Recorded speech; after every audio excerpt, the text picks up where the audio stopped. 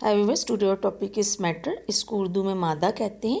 ये होता क्या है, इसकी डेफिनेशन देख लीजिए। Anything which has occupy space and mass. Okay viewers, कोई भी चीज़ जो स्पेस एंड मास जिस रखती हो वो मैटर कहलाती है, इज कॉल्ड मैटर। अब इसकी कुछ आगे जाके इस टाइप की बात कर लेते हैं। इसकी जो है 3 टाइप्स ऑफ मैटर होती हैं। सबसे पहली होगी सॉलिड यानी ठोस, second one would be liquid यानी माया, and third one would be gases. Okay viewers, अब इसको हम इसकी क्वालिटीज़ पढ़ते हैं कि ये किस तरह की होती है। अब व्यूअर्स, सबसे पहले हम इसमें पॉइंट देखते हैं। जो सबसे पहला पॉइंट होगा वो होगा डेफिनेट शेप एंड दूसरी चीज़ definite volume. Definite shape and volume, हम तीनों के लिहाज से इसको वन बाय वन पढ़ेंगे। सबसे पहले हम बात करते हैं सॉलिड की। ऑलराइट व्यूअर्स, सॉलिड की बात करते हैं। Solid molecules has definite shape and volume also. So solid molecule जो होते हैं वो इसकी एग्जाम्पल है हमारे पास। आपके कुछ भी ले लीजिए, आप इसमें कंप्यूटर ले लीजिए अपना, या फिर चेयर्स हो गई एक्सेट्रा, ये सारी सॉलिड की एग्जाम्पल्स होती हैं। सो हम कह सकते हैं कि डेफिनेट शेप रखती हैं और वॉल्यूम रखती हैं। इसकी शेप और वॉल्यूम दोनों होते हैं। ओके व्यूअर्स, दूसरी तरफ आ जाइए, लिक्विड की बात करेंगे हम। ओके व्यूअर्स, सो लिक्विड मॉलिक्यूल्स की बात करते हैं। Liquid molecules has definite volume but not shape. इनका डेफिनेट वॉल्यूम तो होता है लेकिन डेफिनेट शेप नहीं होती है। लेट सपोज ये देखिए, मेरे पास ये वाटर है, ये 30 ml वाटर है। लेट सपोज ये 30 ml वाटर है। इतना ही वाटर मेरे पास देखिए ये ग्लास में भी है। अब देखें ये जिस बर्तन में है ना, इसने उस बर्तन की शेप इख्तियार कर ली। ओके, यहाँ देखिए ये फैली हुई कंडीशन में आपको नज़र आ रहा है, राउंड है, क्वांटिटी सेम वही है। ग्लास में देखिए ये आपको इस कंडीशन में नज़र आ रहा है क्योंकि ग्लास जो है वो पतला है उसके मुकाबले में, एज़ कंप्यूटर टू डिश के मुकाबले में। सो देखिए ये बिल्कुल सेम अपनी इसने शेप चेंज कर ली है, बट वॉल्यूम जो है ना इसका वही रहा। ओके, बस शेप चेंज हुई है, यानी अगर 30 ml वहाँ था तो 30 ml ग्लास में भी था।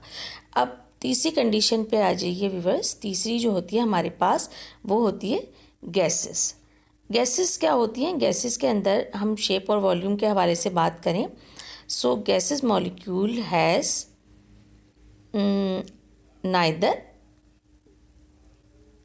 शेप, ओके बस उनकी शेप नहीं होती, and volume also.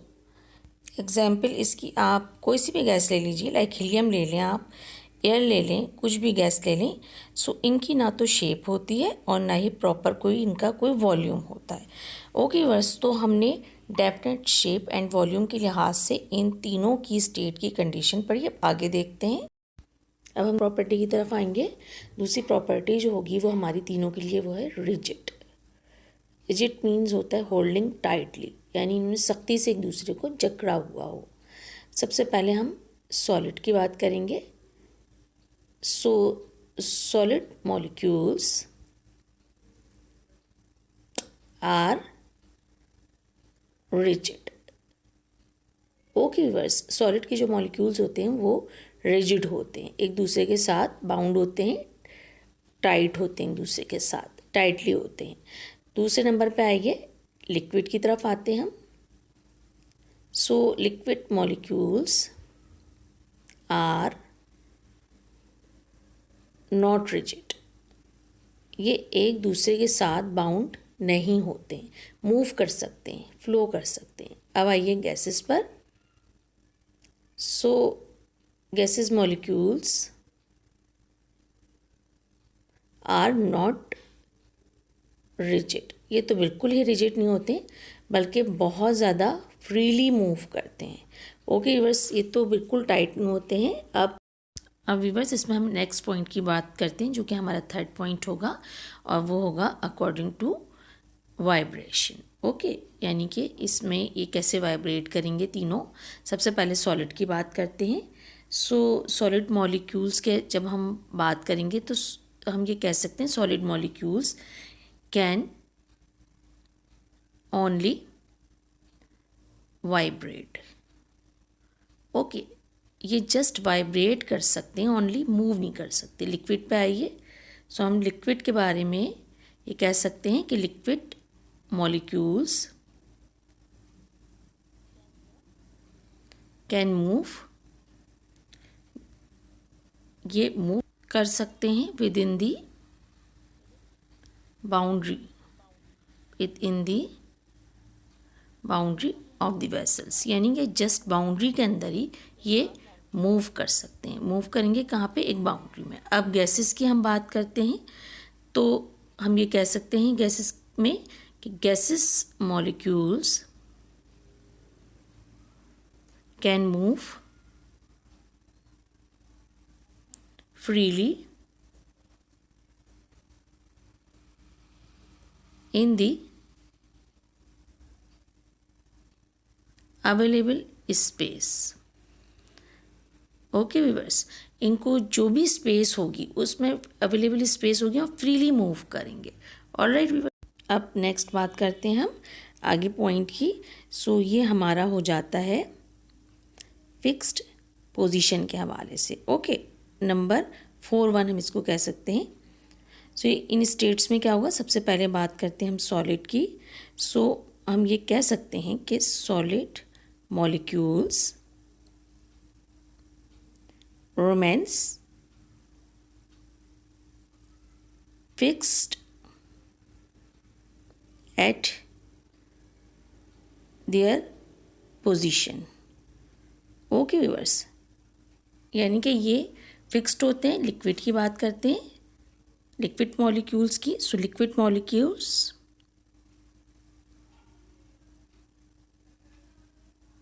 Do not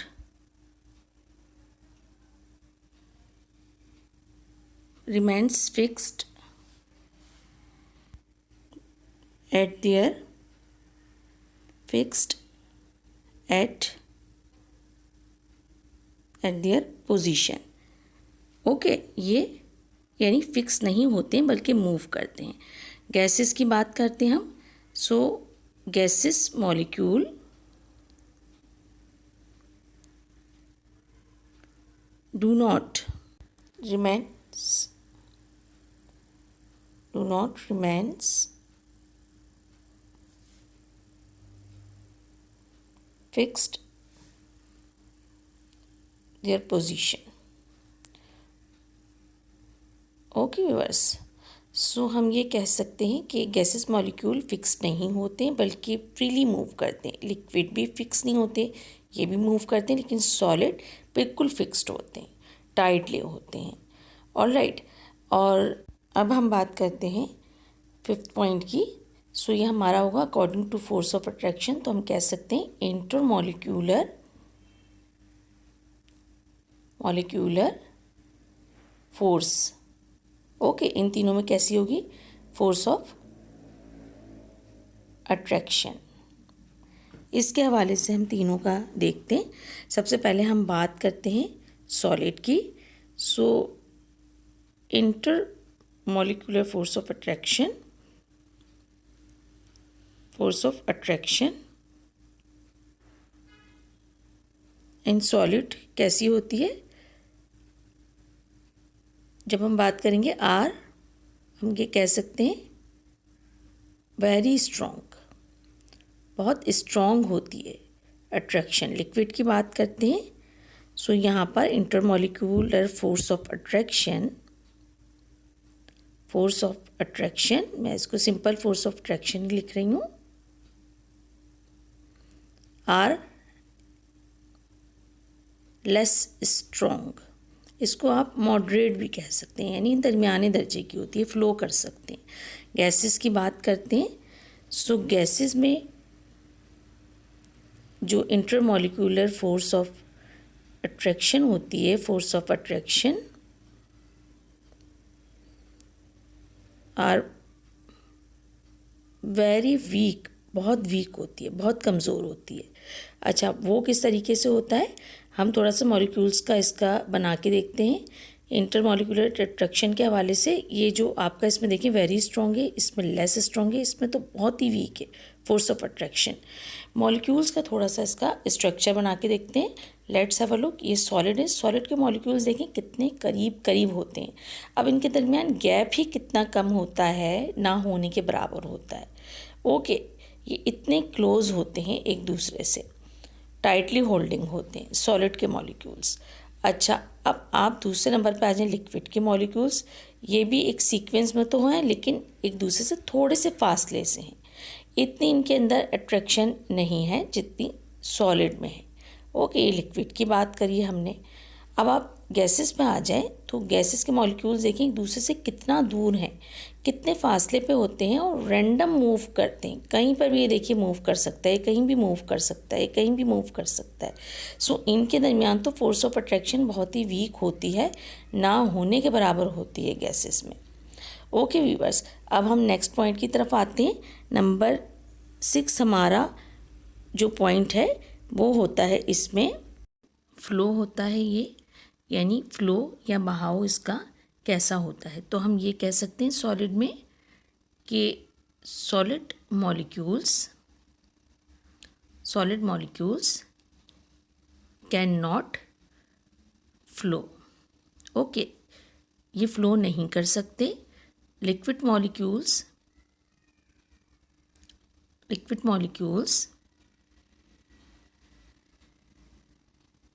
can flow, ये फ्लो कर सकते हैं। एंड गैसेस में हम कह सकते हैं कि गैसेस मॉलिक्यूल्स की जब हम बात करेंगे तो इतने दूर होते हैं एक दूसरे से।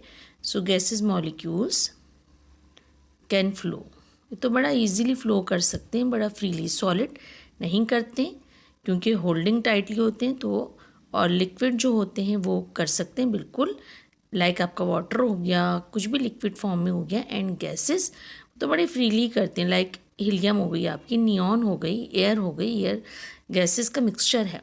ओके व्यूअर्स, सो यहाँ पर अब हम नंबर 7 पॉइंट की तरफ आते हैं। नंबर 7 पॉइंट वुड भी होगा हमारा कंप्रेस के हवाले से। हम बात करते हैं कंप्रेसिबिलिटी के हवाले से कि इसको प्रेशर दिया जा सकता है, दबाया जा सकता है, नहीं। तो सबसे पहले हम इसमें बात करेंगे सॉलिड की। तो हम कह सकते हैं यहाँ पर सॉलिड मॉलिक्यूल्स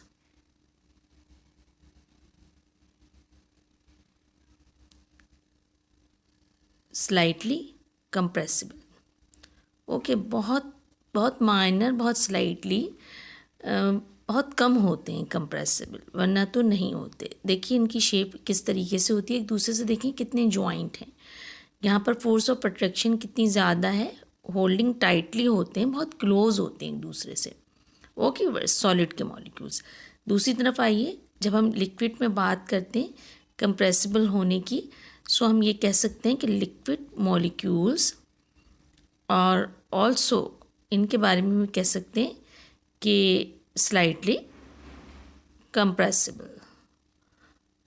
ऑलराइट व्यूअर्स, यानी इनको भी कंप्रेस किया जा सकता है लिक्विड मॉलिक्यूल्स को। इनका स्ट्रक्चर देखिए सॉलिड के मुकाबले में थोड़ा सा दूर हैं एक दूसरे से, लेकिन बहरहाल क्लोज हैं।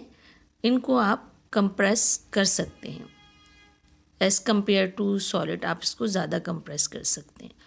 अब गैसेस की बात जब हम करते हैं, सो गैसेस के मॉलिक्यूल तो इतने फॉर अवे होते हैं एक दूसरे से, इतने दूर होते हैं। सो मॉलिक्यूल्स कैन कंप्रेसिबल, इनको तो बड़े आराम से कंप्रेस किया जा सकता है। इनकी तो मोशन इतनी रैंडम होती है और इतनी फ्रीली होती है। ओके व्यूअर्स, लेट्स सपोज ये देखिए ये कितने दूर दूर हैं एक दूसरे से, बहुत रैंडम है, बहुत रैंडम, जहाँ दिल चाहता है चले गए, इनमें कोई फोर्स ऑफ अट्रैक्शंस नहीं होती है। सो इनको कंप्रेस किया जा सकता है, ऑलराइट, गैसेस मॉलिक्यूल्स को। सो यहाँ पर देखिए इसको कम किया जा सकता है, इसको भी कम, बट इसको तो पूरा ही किया जा सकता है गैसेस मॉलिक्यूल्स को। सॉलिड और लिक्विड बहुत कम होते हैं क्योंकि फॉर अवे हैं एक दूसरे से, बहुत दूर हैं एक दूसरे के साथ। ओके व्यूअर्स, अब हम लास्ट पॉइंट की तरफ आते हैं इसके। अब बात करते हैं व्यूअर्स हम डेंसिटी की। ओके, ये हमारा नंबर 8 पॉइंट है, डेंसिटी। डेंसिटी मीन्स होता है, अगर आप बात करें, मास अपॉन वॉल्यूम। ओके, ये डेंसिटी की डेफिनेशन है। अगर हम इसको सॉलिड, लिक्विड और गैसेस के हवाले से देखें तो हम सॉलिड में कह सकते हैं कि सॉलिड की जो डेंसिटी होती है बहुत हाई डेंसिटी रखता है। इसके जो मॉलिक्यूल्स होते हैं उनकी डेंसिटी बहुत हाई होती है। अगर हम लिक्विड की बात करते हैं, so liquid molecules are according to density mid to high density. ये कैसे होती है हम बाद में बात करेंगे इसकी एग्जाम्पल के साथ। ओके, सो हम मिड टू हाई डेंसिटी इसको कहेंगे। अगर हम गैसेस की बात करते हैं, सो गैसेस मॉलिक्यूल्स जो होते हैं ना, gases molecule has low density, बहुत कम डेंसिटी होती है इनकी।